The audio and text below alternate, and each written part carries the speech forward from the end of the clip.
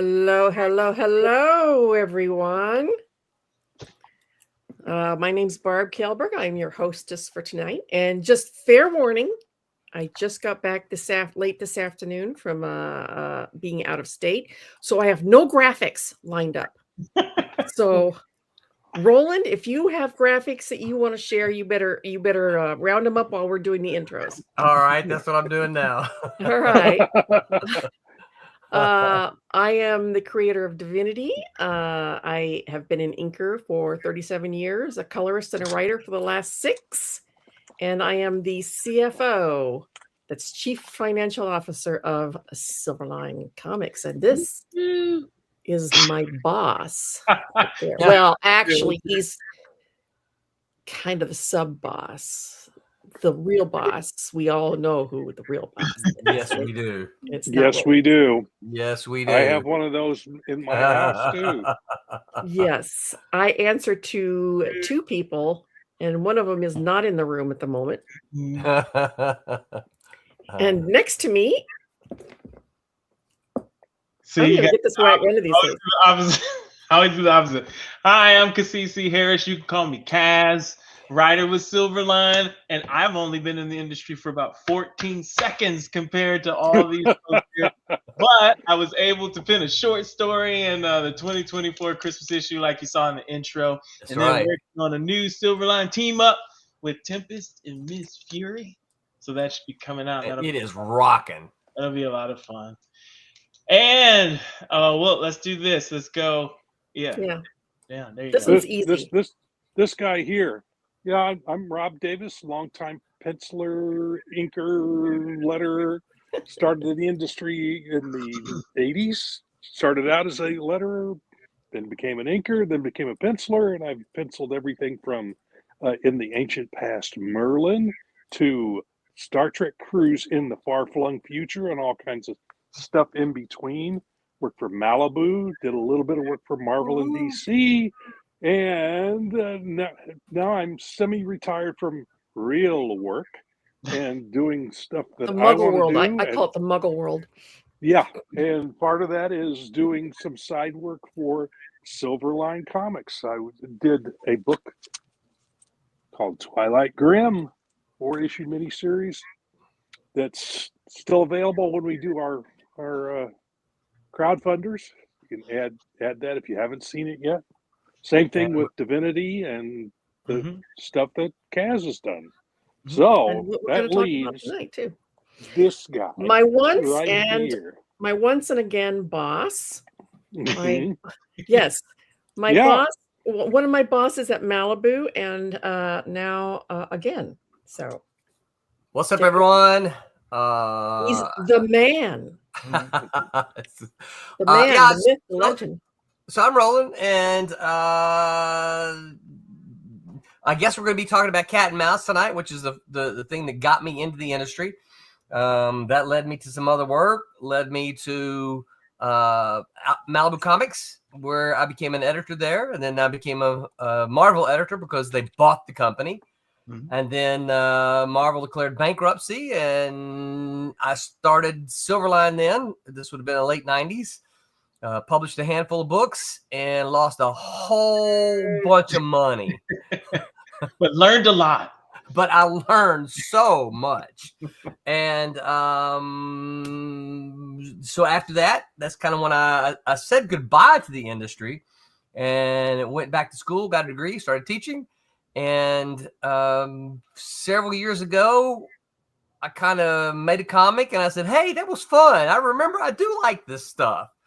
And then made another one and then started connecting with a bunch of old pals. And next thing you know, Silverline's here again. And we've done probably 70 books in the last few years. Just crazy. A lot.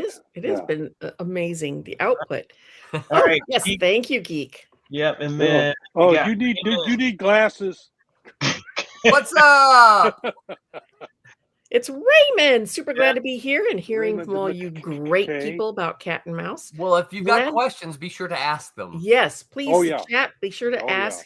And remember, like, subscribe, get that share. Now that we're starting it right now, you can start sharing it out and get some folks in here with you to have a conversation about cat and mouse too. The more the merrier. Okay. Right. The more the merrier. That's right.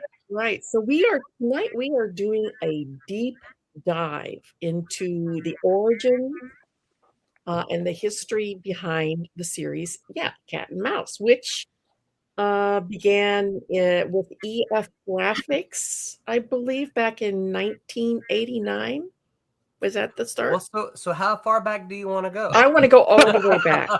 I want to go. We're doing the deep dive, so I mean, back to the kernel of your idea and where that came from. So I've got. Let me make sure I got the right images pulled up. I'll have to share my screen here. Yeah.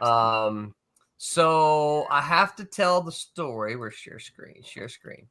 Wherever did you come up with this idea in the first place?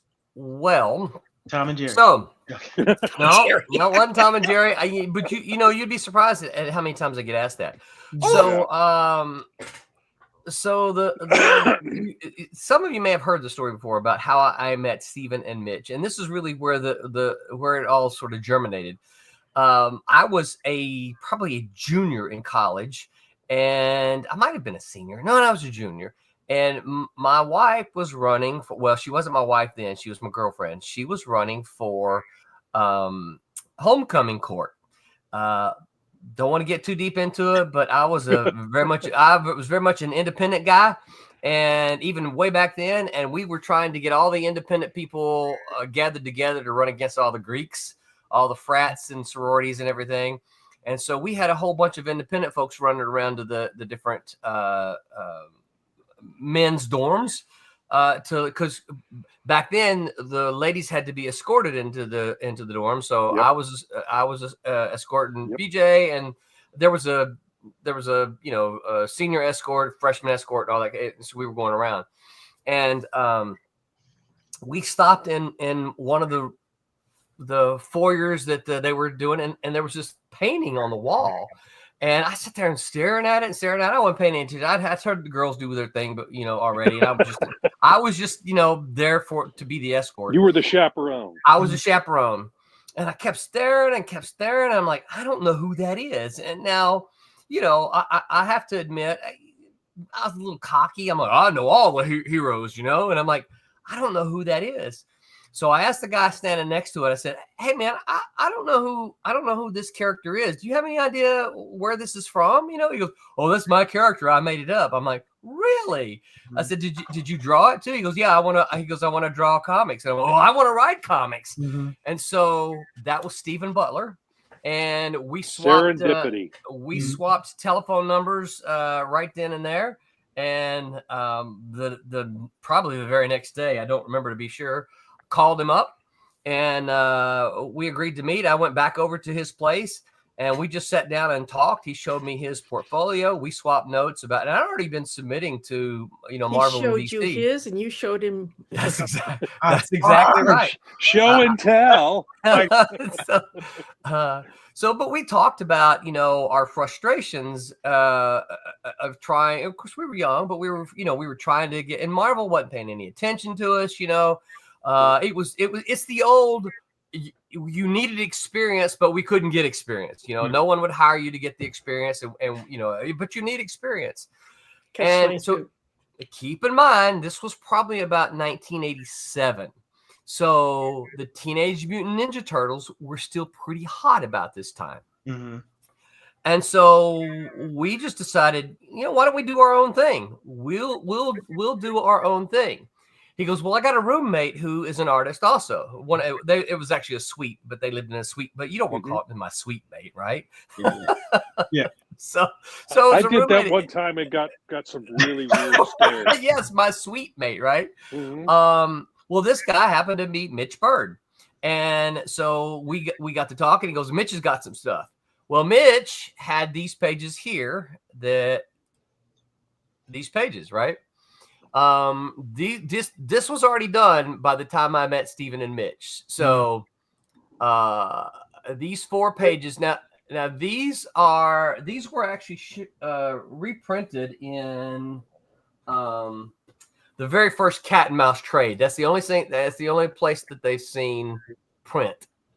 Oh, I got them out of order. So there's that one, and then there's this one, right? Mm-hmm. No, maybe I'm misremembering. It happens when we get to be our age. Yeah, they're not numbered. Yeah, okay. Well, hold on. So he had something. It must not have been this. I remember working on this. Why did I call it the short then? Anyway, he had something, right, that had these two characters. And so we decided, and he had this, and then he had another 4-page thing that had Stephen and I were just talking about this not too long ago. They had 4 superheroes. I mean, spandex, head to toe spandex that they all looked alike. They had their costumes all a little bit X-Men-y looking, but they were like elementals. And so Stephen was like, well, look, let's put something together. He goes, let's get Mitch to draw it. You can write it. I'll ink it. Well, I mean, Mitch has, if you know Mitch's work, Mitch is very, he's not a traditional Marvel style guy, right? And so I was like, well, I was kind of wanting to work with Steven, but here are these 2 fantastic artists, and I'm like, all right. So, but Mitch, if you've ever met Mitch is just not a talker. Okay, he's not unfriendly, he's not anything like that, but he just doesn't talk like he's just like, hey, Mitch, how you doing? Hey, did you have a good weekend, Mitch? That's just Mitch. Okay. So I was trying to figure out, my whole writing career with comic artists has generally been, what do you want to draw? What kinds of things do you want to draw? Because I want the artist to I figure I can make up a story, right? Yeah. But I want the artist to be having fun while they're drawing. And so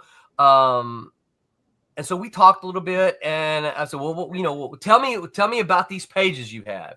And you know what? I have no idea what Mitch is doing today. No idea. He ought to be doing comics, but I don't think Mitch loves comics, and I think he loves art, but I don't think he loves comics. Mm-hmm. So we talked a little bit, and he really didn't have anything. He didn't really have any background. He just had a couple of characters that he had a little bit of idea about. He goes, I kind of thought this guy might be a cop and she might be a thief, and they work together. I'm like, all right, well, that's it. So basically I took that, went back to my dorm room and sat there and just wrote all kind of ideas out. Now this one right here says, you can see here, this is our first, our first 4-parter. But if you ever look at the first issue, you'll see that the credits, and here's the first issue as printed by EF Graphics. Now I am going to show you a different one here in a minute. But if you look at the credits, you will see that it has Roland, Mitch, and Steven all as co-plotters. Because what we did is I went back after meeting with Mitch, I went back and made a whole bunch of notes of things that I wanted to do. And one of the people often say, well, Roland, one of the first, it's called Cat and Mouse, but one of the first scenes in there is with this guy who is not cat or mouse, right? And part of the reason for that is like I wasn't sure exactly what I wanted to do with these characters, because the initial concepts were Mitch's, but he didn't really have them developed. And so I'm like, I don't really know what to do with them, and I want to figure it out. So I introduced this guy to be sort of bring that supernatural element into it. And we kind of so I went back over to their place and we kind of all talked about this very first issue. And after that, then of course I ran with it, did all the plots. We worked Marvel style. So I did all the page by page plots after this issue. But now what I want to show you here is this. This was, you're going to have to put me up there. So this is a never before seen Ooh. You can see we tried to publish this thing in June of 1988. This is people have probably heard me tell the story of we went around, we solicited through all the distributors, and we got orders, and we couldn't get the money. You can see that we had a completely different logo. You can also, one of the big differences is that you see there's a gun barrel right here. Well, we ended up on the final cover, we ended up killing that. The gun barrel's not there. But we did. We solicited this for, this was our own company, right? And we had orders of almost 5,000 books. Wow. Wow. But we didn't have the money to print it. Oh my gosh. So that's we went around to all of the banks in Hattiesburg. Keep in mind, this is Hattiesburg, Mississippi, where we went to college, right?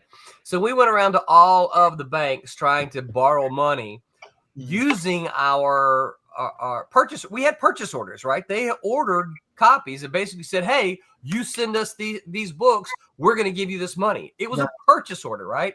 And we would take those to it. And listen, I love Mississippi. Anyone who knows me knows that I love Mississippi. But we would go into those banks and they would look at it and they go, you want a loan for a comic book?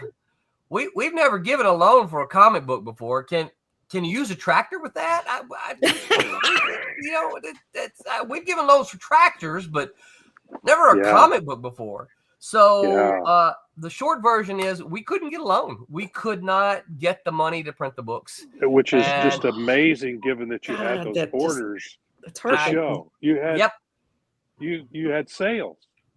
And wow. It was, and that's, this is direct market. This is guaranteed orders. Mm-hmm. And so no return. No returns. So what we did, we photocopied. And now, see, also keep in mind, we're still working, right? We're still making the comic, right? And so we photocopied our purchase orders. We photocopied the first issue that, of course, was complete, and then the production of where we were in like the next 3 or 4 issues, and we sent those out to everybody, right? And our local comic shop said, "Hey, I know a guy," and we're like, "Okay." He said he just started a small press company up in New York called EF Graphics, and that's where this one came in, right? Anybody who's got this one know that this is the only of the run. This was the only color version of the book, right? And so we did this issue. He also printed Jazz Age Chronicles by Ted Slampiak, which is very good. Mm-hmm. Yeah. And then he went out of business. And so we took this, made all kind of photocopies again, and submitted it all around, and ended up with Malibu, who printed this #1, which I have in my collection. Yeah. Yeah. So this one is actually this plus what we had is #2. So if you ever notice that there, when you get this, right, there's a whole second story that starts right there, right? So our first issue ends here, and then the second issue begins there. So this is actually 2 issues long. And so I often tell people Cat and Mouse was actually, even though there were 18 issues printed, it was actually 19 issues long. So that was, but the only thing is it was in black and white. And one of the reasons Malibu decided to do this is that they said, look, you guys have already got a color book out. We can't see ourselves just reprinting a color book, and because people already have it. So we're gonna do it in black and white because it's cheaper. So we're gonna make it a double size comic and start the run that way. So that's why there was. What's up, Pops? This is a Paul Gulacy cover. It sure is. Mm-hmm. His signature is just under. You see the CY right there, right? Yeah. Yeah, it's underneath the logo. Yep. Yeah, this is a Paul Gulacy cover. Yeah, we were so stoked when they showed this to us. So, the whole, I don't think do I have any. Oh yeah. So here's if you go back to that. So this was the actual when we solicited for this, right?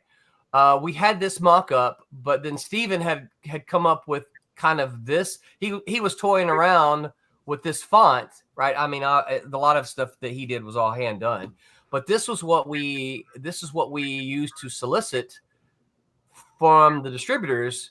You can see here it was called Top Comics. It's what we used to solicit. Now, so one question I sometimes get asked is, okay, well, you were called Top Comics. How did it get to be from Silverline? So when we failed to do this, right, when we couldn't get the money from this, we reached out to talk to people, and when EF Graphics was talking to us, we had plans. We had this one, we had Silverstorm, we had another one called crap, what was it called? I don't remember the title for it now, but we also Old age is hell, isn't it? Yes, it is. But what we were going to do, it was going to be not a flip book, but it was going to be a 2 stories in 1 book, featuring characters that we haven't used yet. And I'd probably need to ask Barry because Barry Gregory was going to write that. We had a guy by the name of Scott Hamilton, not the acrobat guy. Figure skater. Yeah, The figure skater. Yeah. A guy by the name of Scott Hamilton drew the issue. So there's artwork out there for this issue somewhere. I don't know where it is. Barry might have it, and I may have asked him about it at one point in time, and he said, "Yeah, no, that's never going to see print." So, but so what we were trying to do is, right, we were trying to start our own little world. And when we were talking to EF Graphics about it, they were like, "Well, how do how are we going to separate you guys apart from the other EF Graphics books? Because Jazz Age Chronicles is not going to be part of your world. Mm-hmm. How can we differentiate it?" And we said, "Well, why don't we just be a separate line from you, right?" And if you'll notice, there's EF Graphics Silverline, right? Mm-hmm. And so the process to come up, how do we come up with Silverline? Steven and I were talking. It was like, well, what do we want to do? How do we want to separate ourselves apart from EF Graphics? We're like, well, we love Silver Age. Keep in mind, again, this was middle 80s. Right? Well, we love, Silver Age comics. We want to bring the spirit of the Silver Age into what we do. We didn't want to try to copy the Silver Age, but we wanted that spirit, right? That energy, that excitement you get when you read, right? When we read the Silver Age comics, that's what we wanted. And so we were sitting around talking, and we're like, well, that's it. Why we're just going to be we can't be the Silver Age line. We're the Silver Line. And then it got shortened down to Silverline, and that's how we became Silverline. And that just stuck over the years when I got ready to do things. And of course, this would have been, 80, what was this, 88?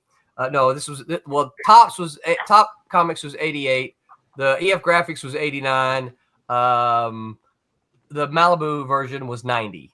So when people talk about, it's taking us years to get it done. Yeah, sometimes it does. Sometimes, I mean, that's 3 years there. It took us to get that first issue out and moving, right? So what? Go ahead. Someone have a question? So what happened is we started doing local shows, right? We started when Cat and Mouse started coming out. We also when we went to Malibu, we were able to take Silverstorm with us. Malibu did not want the 3rd title, and so that's unfortunate. So if you look at any of the Malibu comics, I don't know if I have any of them in here. And just let me repeat it, just in case people are listening later. Good idea. Did you use Silverline when you were at Malibu, or was it just part of their line of comics? So I'm trying to see if I have any here.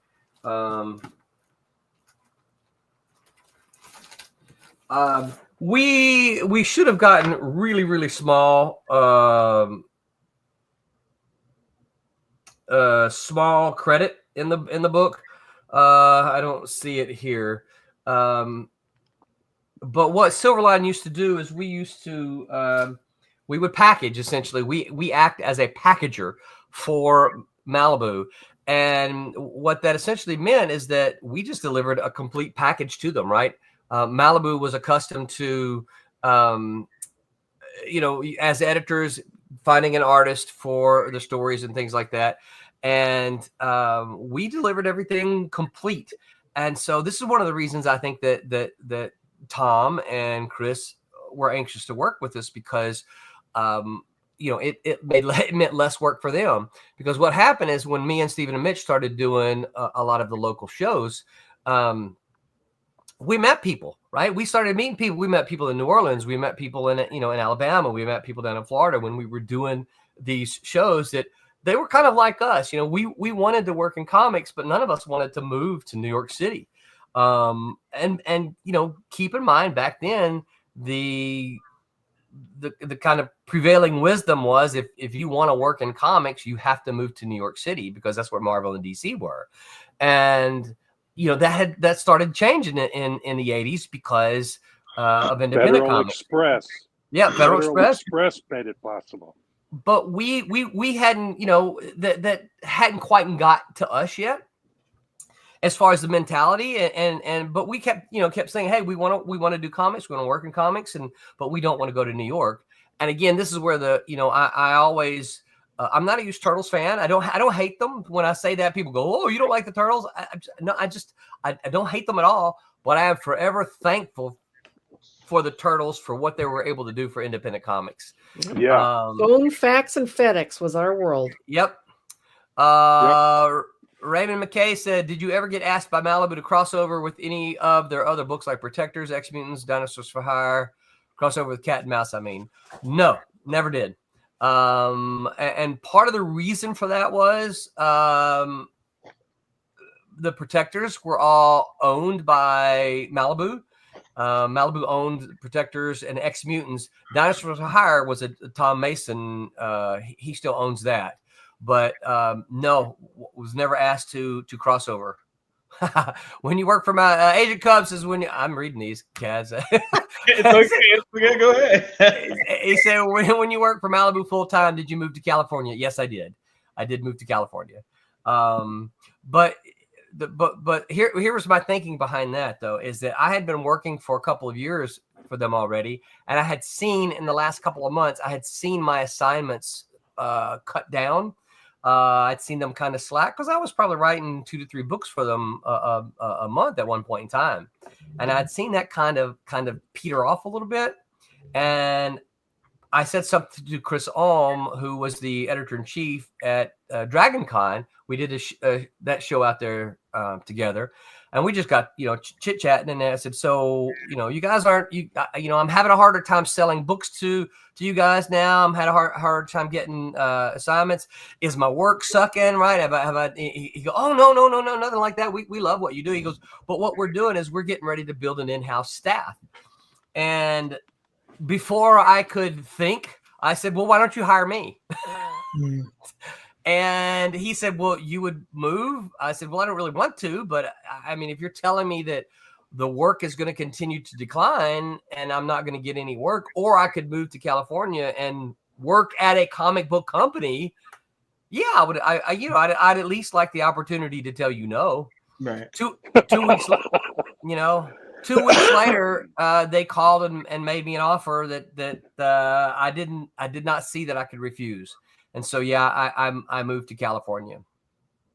Now I have a question. So Okay. You created Cat and Mouse, right? Writers like to world build, right? So when you created Cat and Mouse and the idea of the silver came up, did it come up then? Did it come up in Silverstorm? Like, when did you kind of come up with this is the world? And then did you get tired of that world and want to do something else, if that makes any sense? Yeah, no, never got tired of the world. I think there's so much untapped So many untapped stories in that world. Never got tired of it.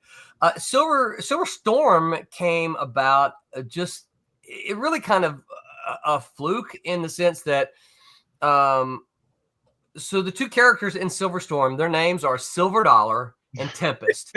and we didn't really want it to be at the time. Again, this is, back in the 80s, we didn't really want it to be Silver Dollar and Tempest, right? Because who the heck are they, right? And so we were trying to come up with what we thought was a clever name to make people go, oh, what's that, right? Let me look at that. Let me check this out. And so it was kind of what is Tempest? Tempest is kind of a storm. And we've got some images of her creating storms. And so we're like, well, his name is Silver Dollar. What's a dollar storm? What is a dollar? What? We just listen. I've got photocopies of when we were trying to come up with Top Comics. I got a photocopy of a page from Mitch Bird, just writing. It's full of just names, right? And we were just brainstorming for titles, and we just this was way before chatbot. Yeah. We were, and what would happen is we were just sitting in a room, and one of us had a pencil, and which is usually me, right? And because they were usually drawing, right? We were usually talking, they were drawing, and I'm just writing down all the stuff as we talk, right? So we just kind of, and I don't, I give credit if I could remember, probably Steven, but we just stumbled upon the Silver Storm. And we're like, hey, we like that, because it's kind of Silverline, and then there's a Silver Dollar, and then there's a Storm and Tempest. So, it wasn't totally intentional. It was just one of these things that just kind of came to us in our brainstorming session, and we liked it. We thought it worked. Well, what made you set Cat and Mouse? Oh, by the way, I love your shirt. But thank you. That art looks really familiar. Here, hang on. Do that again. Yay! So, what made you set Cat and Mouse in New Orleans? Agent Cub will answer your question in just a second. Well, that's the easy one. For me as a writer, growing up as a kid, right? All the superheroes were in New York City, or they were in Metropolis, which we know was New York City, or Gotham, which, at the time, kind of the prevailing wisdom was Gotham was Chicago, right?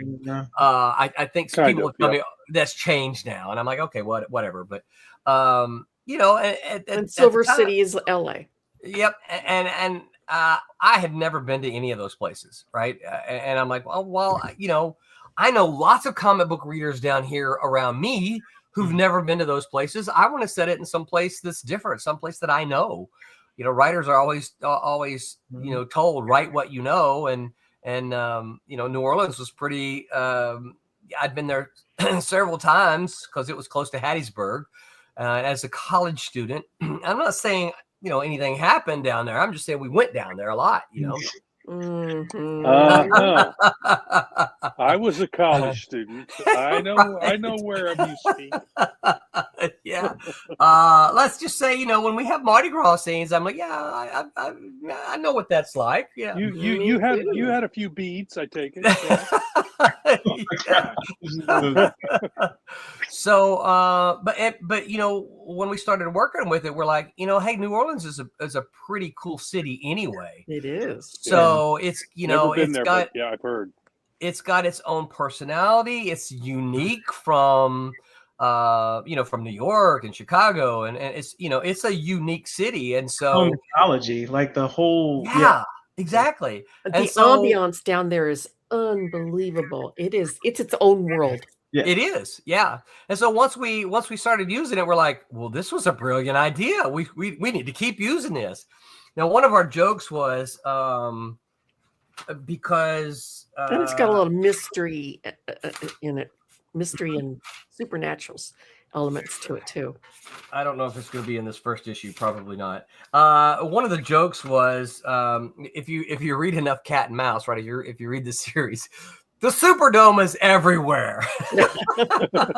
That's right. So you want to establish for the reader, and New York's got the Empire State Building, and of course, until 9/11 had the Twin Towers. For New Orleans, it was the Superdome. That was the big building that you could see. And so in so many of our city shots, the Superdome was somewhere in the shot. It's like, and we used to always joke, the Superdome just kind of floats around wherever we need it to be. That's right. That and the French Quarter. Yeah. And the French Quarter, if anyone's been down there, it's small. It's just, it's like, it's like 3 blocks long. I was going to say, I've heard it's only 3 or 4 blocks It's like long. 6 square blocks all together everywhere. But it looks so cool. So it's like, all of our stories just happen there. And the mausoleums. All right. So let's get that. Agent Cub said, were there any plans to bring Silver Storm back? So Agent, you probably missed at the top of the hour. Kaz mentioned that he is working on a story for our, we've been calling it Silverline Team Up. That's what we've been calling. Yeah, that might change. My change meter is about right here right now. It's not all the way over here, but it's about right here. And Kaz is using Tempest in that one, so we absolutely will see the characters. No, let's see. Silver Dollar was, of course, he was in. No,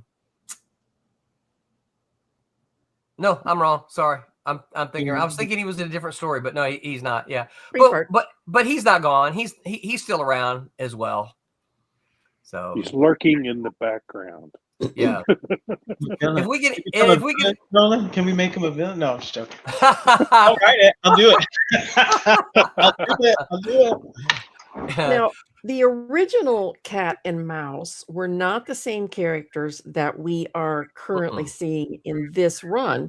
It was Jerry and Amanda. Jerry and Mandy. Jerry and Amanda. Yeah. Yeah. And now, how do they differ from Brett and Bobby? Yeah. So I'm going to, how do I turn off my camera here briefly? Oh, there we go. It looks like I'm John Medic for a minute.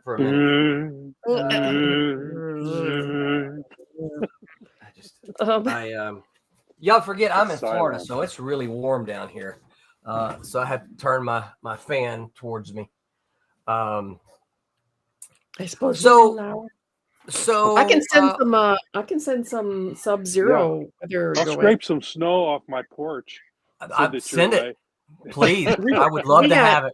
We've got 12 inches at the moment. You can see I got a little bit of sun today out playing pickleball. Yeah. Wait, what was the question? Oh, the characters. So, how are they different? So when we got ready to relaunch them, my thinking was, you know what? It's been 30 years, and we ended the series at what I thought was a pretty good place. If anybody read the first volume, the characters, the last issue was an end, right? And I felt it was in a pretty good place. My thinking was, all right, 30 years. Do I really want to bring these two characters back and try to explain, what have they been doing for 30 years? Or do I want to age them? Do I want to just ignore time? Like, it's a comic book. You can get away with it, right? Mm-hmm. Yeah. And then there were some other things that I'm not going to talk about. Other elements that were kind of behind the scenes that I just said, you know what? I'm just going to create 2 brand new characters and use them. I wanted to keep the spirit. So, Cat, the original Cat, Jerry O'Neill. Fun fact about Jerry O'Neill. That was the name we came up with. Stephen Butler and I, when all this was happening, we were working as clerks in a bookstore. We were both assistant managers. He was over the paperbacks and I was over the hardbacks. There was a local Western writer whose pen name was Jerry O'Neill. Just a fluke freak. I have his book, right? Or one of his books. Just a fluke freak. When he introduced himself, Stephen and I both went, Oh my god. What's your name? And he told us, we're like, that's the name of our character in here. And he was like, oh, that's pretty. It's a small world. Now they were framed for murder. Yes. By the mafia in the original timeline. Right. Yeah. They were set up by the mafia, and Kat was an ex-cop. Amanda is someone he had put in jail. He had caught her doing stuff, which we never really went into, but he caught her doing stuff, so he put her in jail. When she got out, she was looking for revenge, and she began to tell him to find out he had a kind of a secret nightlife of which he was going around stealing from bad guys, right? And so she ended up joining him, and then that's when the whole mafia began to frame them, and then they get into a mafia yakuza kind of war. And I always loved to work with the yakuza, because when I was in school, when all this was happening, I had there were international students that were my friends, and I had all kind of, I would just ask them all kinds of questions, and they would just feed me information. They gave me books. One of them gave me the Kanoich actually comes from a book that one of them gave me. And if you don't know, it just literally means female ninja. Yeah. That's all. So when we got ready to revamp them, I didn't want to, I liked the elements. And so I thought, well, this time I wanted them to be about the same age. And so I wanted them to be considerably younger than the from the 80s. They were older. But I wanted them to be younger. I wanted it partly because I wanted to kind of hopefully get a younger audience as well. And because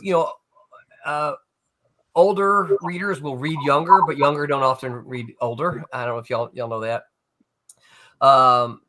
And so I wanted Brett to be headed to the academy. I wanted him to not quite be finished when he gets involved with all of this.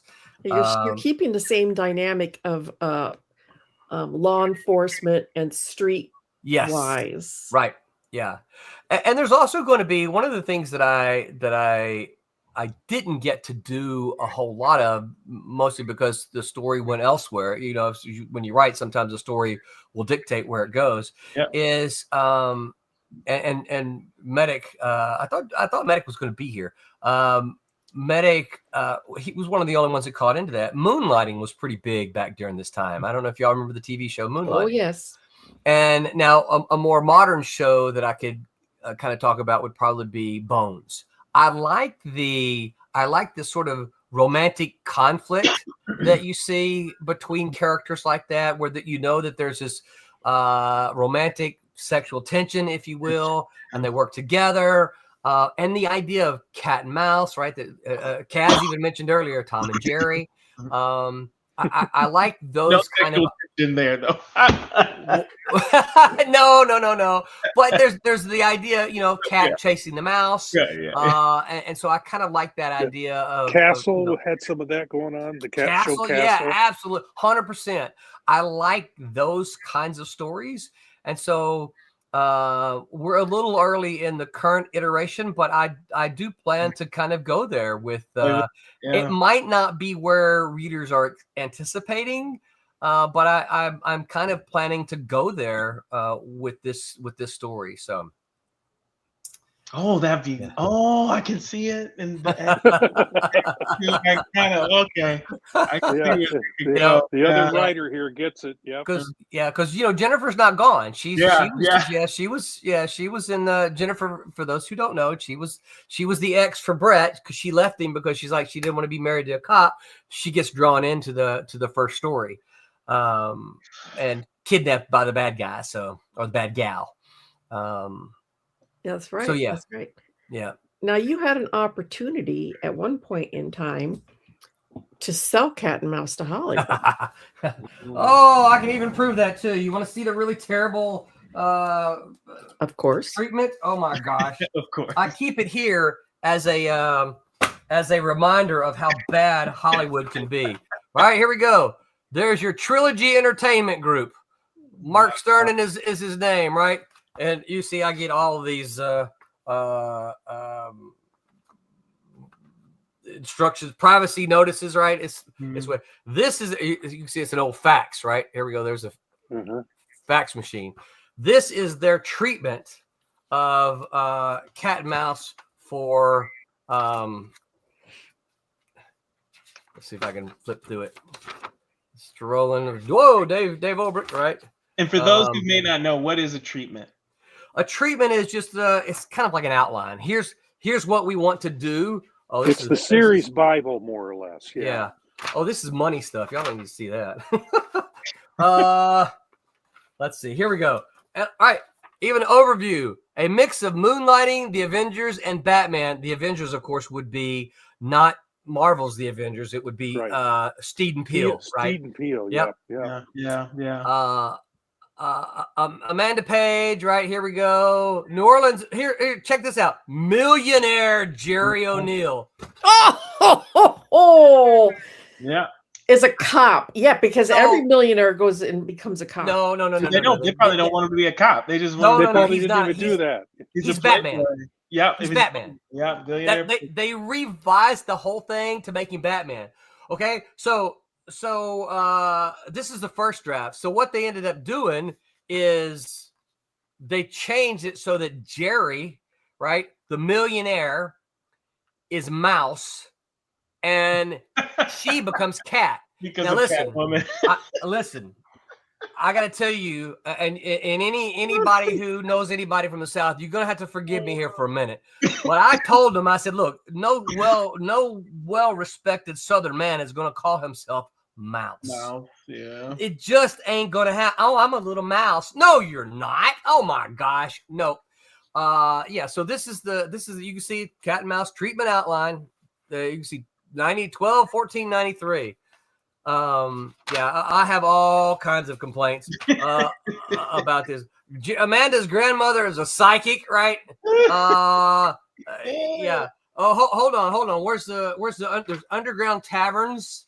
Oh look. Oh my God! Really is Batman. Yeah. Oh, it's crazy. It's and then this underground taverns in New Orleans. Is that what it is? Oh no, they moved it. Didn't they move it to L.A.? No. It's in New Orleans. Yeah. An underground cavern in New Orleans. Yeah, it does not work. Apparently the place is almost apparently they don't know the water table. The water table, sea level. Yeah, which is why they have above ground crypts, because otherwise the bodies would float to the surface. Yeah, right. It's crazy. I'm trying to find it exactly. So. Word. I left them nasty notes about it being underground. I'm like, you don't understand, for the very same reason that y'all said is like, oh look, here we go, Cat Mandy Page. See, they renamed her, and she has powers of white voodoo. Oh, there you go. Yeah, I knew it. I knew the mother's powers were going to transfer over to her. I knew it. Yeah. What the hell is white voodoo anyway? Oh my gosh. That's so Hollywood. Yeah. It's just really bad. So as a writer, how do you feel? That has to be hard though, right? Because here you have Hollywood, right? Everybody would go, this is it. I've done it. I've made it to a part where my creation is about to be on a big screen. Like, how did you balance that sacrifice? Because it takes a lot of guts to be like, nope, that sucks, and I'm not gonna have my junk. Well, integrity. Yeah. So part of it was more than just me, right? In one of the things that we had done, Mitch and I had done, we had basically signed over the rights. We kept them, right? Okay. But we had given Malibu the okay to go sell it. We're like, yep, you're the agent. You go sell it. You make it happen. Yep. And basically, it was kind of like, look, this is the only offer we got, right? No one else is knocking down our door to get this. excuse me, if you guys say yes, we're going to get some money, and Right. you will get some money, and then maybe if it gets made, you'll get more money, right? Now, we know that happened for one of our buddies, a guy by the name of Lowell Cunningham. Does that name sounds familiar to you guys? Men in Black. Yeah, Men in Black. Men in Black. Yep. Yep. So it worked for Lowell, and so we were just like, hey, if it goes to make a movie, then we'll get more money. If it makes a TV show, then we'll get more money, and we got money for the option, right? Wasn't a lot, but we got some money for the option.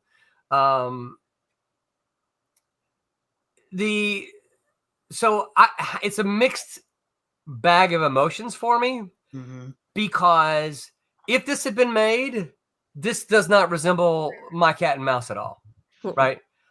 It would simply be Cat and Mouse in name only, and so my mixed emotions are: if it had been made, would it have been successful, and would that have been led me to other things that could be also successful, right? Would have been monetarily successful. Again, Lowell Cunningham has reaped the benefits like crazy from Men in Black. Now, I'm not saying Cat and Mouse ever could have. Clearly, it didn't, and I'm not saying it would have. But all we have to do is look at Lowell Cunningham and see, there is that potential there. So I look at that and think, well, if it had happened, what would have happened? Or would I have been doing a Howard the Duck thing, saying, yeah, no, that wasn't mine. Right. That wasn't mine. Yeah, it has my name on it, but that wasn't mine, So Agent Cub says, so what if Cat and Mouse was a successful comic? Don't you know Hollywood knows best about comics more than you? Yeah. And that certainly was the prevailing attitude in the early 90s. Yeah. I think it's changed a little bit because of the success of movies, especially particularly Marvel and DC. But I do still think that there's a lot of Hollywood that thinks we know better. One more question for you. Follow up. So Cat and Mouse seems like they are anchors. They're like pillars of the silver. So have you explored the idea of the big team up with all the characters in the silver? Demon has already come in. Yeah. But like all of them. So Scholar, Champion, Tempest. So this is why I was hoping John Medic was here. Because we have been working towards that. And they've already got a name. And this is the name this is the name has been around since the very first pitch with Barry Gregory. And we just call them the Hero Task Force. And Medic is supposed to be doing something, but this is why I'd like to, I wish he was here so I could hold his feet to the fire. Because we're going to run past him if he's not able to pull something together. But yeah, we've been working towards that for some time. So yes, obviously every Silverline comic wouldn't fit into the universe, but there are a lot of them that would. Yeah, yes, there are a lot. Yeah. Well, and if and you didn't ask this, but one of the questions comes up. No, Cat and Mouse will not be part of it. They won't be part of a team. But Demon would very likely be part of a team, maybe. So just saying that. Agent Cub says, I don't understand why Hollywood options comic series and then changes completely from the source material. At that point, why not just create their own property? I think it's because they're devoid of ideas. Yeah. And so what happens is they go find something, and then it was explained to me that part of why they do this, why they go in and make the changes, is because that gives those who make the changes some kind of creator credit, and it gives them like extra points in the royalties so they'll take your idea and they'll change it, and your points that you created this thing are slowly shrink because you have to share it with these other people who created as well. So it's a greed thing, I think. Now, what made you, and technically the current iteration of Cat and Mouse debuted in 2019, but we started it probably 2017, 2018. What made you bring it back to life? Dean Zachary. I wasn't really ready to do it. I had been thinking about it, and I wasn't really ready to do it. And if you recall, Barb, me and you and Dean were working on a different project. We've even got 3 or 4 pages of that project, and around that time we started talking about Silverline. Let's do Silverline. Let's do that, right? And I even think you chimed in with Dean and said, once he said, hey, well, let's just do Cat and Mouse. And you're like, yeah, let's do Cat and Mouse. And I'm like, I don't know. And, you know, but then ultimately I was like, yeah, let's do it. I'm ready. Let's make it happen. So, and I think it would have, it's by far, I think, more successful than the other one would have been, because it already had. I think you're right. It had already had name recognition. I mean, there were people that said, "Is this the same, like characters in the storyline from back?" I remember Cat and Mouse from back in the 90s. Is this gonna be same writer, same premise? Yeah. Raymond says, have you ever gotten pitches from other publishers to use of or have their characters crossover with Cat and Mouse? No, I have not. I have not. No. Agent Cub says, is the new Cat and Mouse part of the existing universe, or is it a complete reboot? It is a part of the existing universe. That was one of the things I did not want to do. I did not want to do a complete reboot. But you notice there are some characters in the current Cat and Mouse that are pre-existing characters from the old series. Right.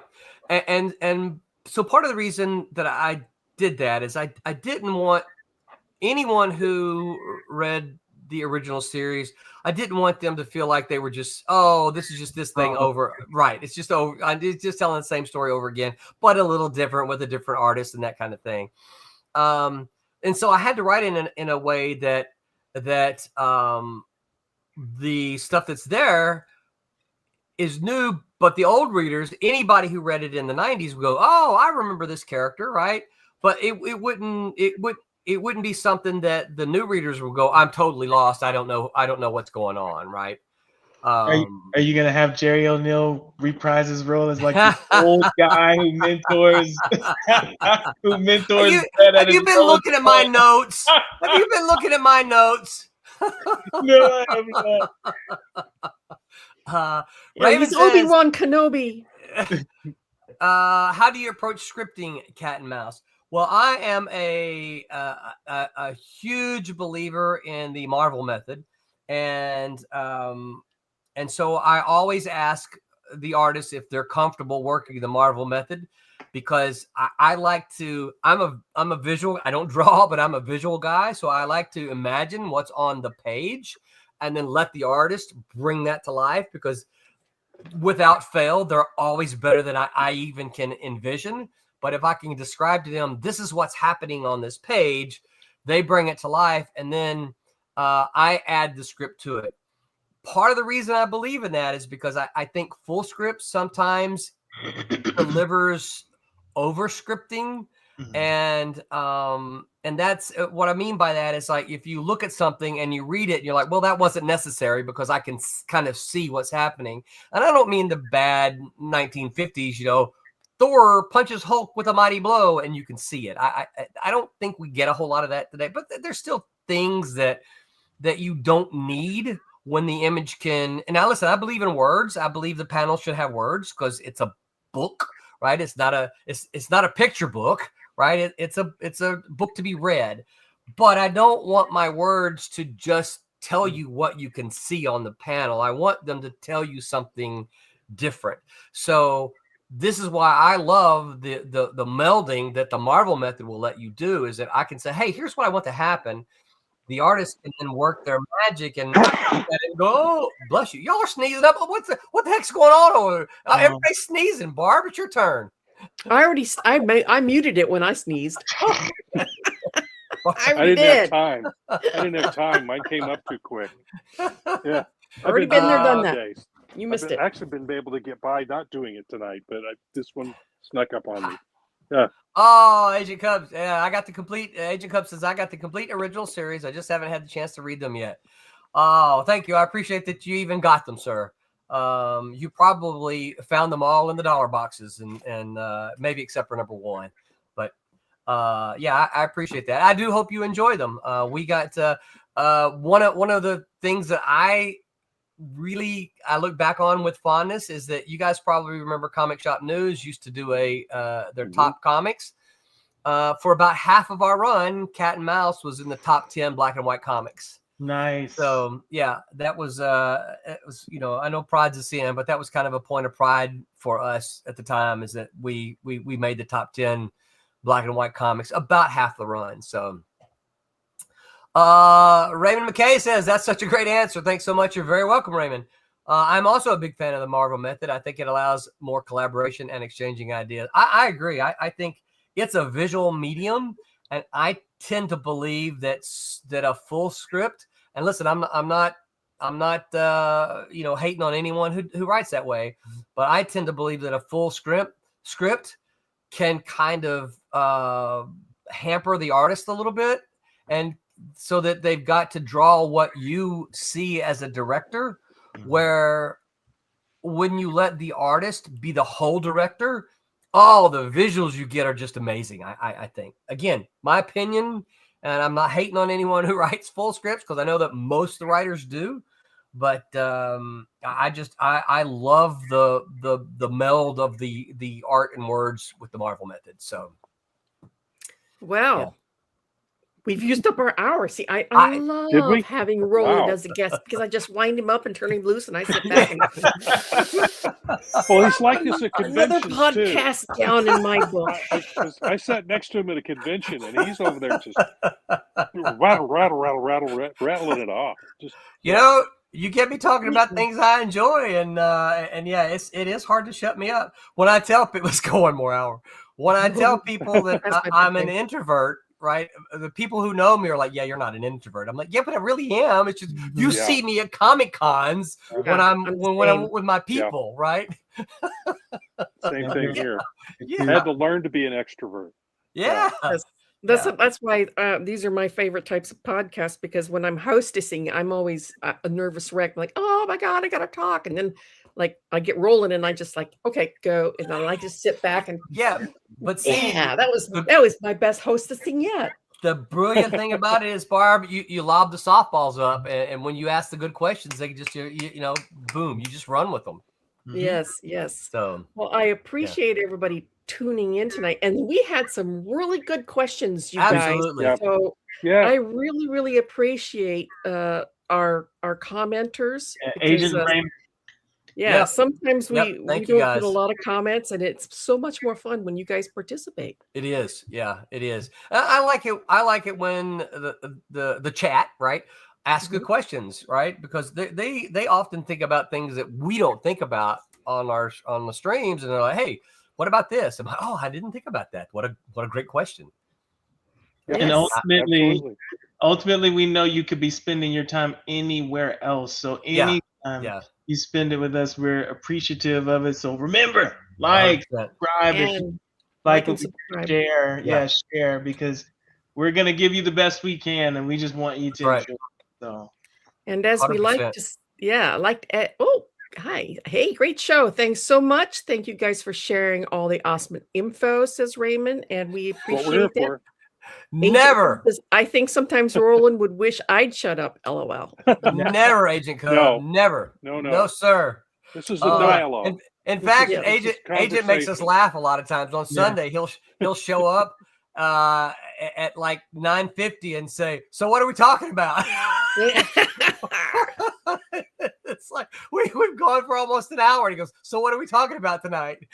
That's great. So he makes us laugh. Yeah. Well, thank you everybody for showing up. And as we always like to say, and by the way, this is something I came up with. This logo for Silverline.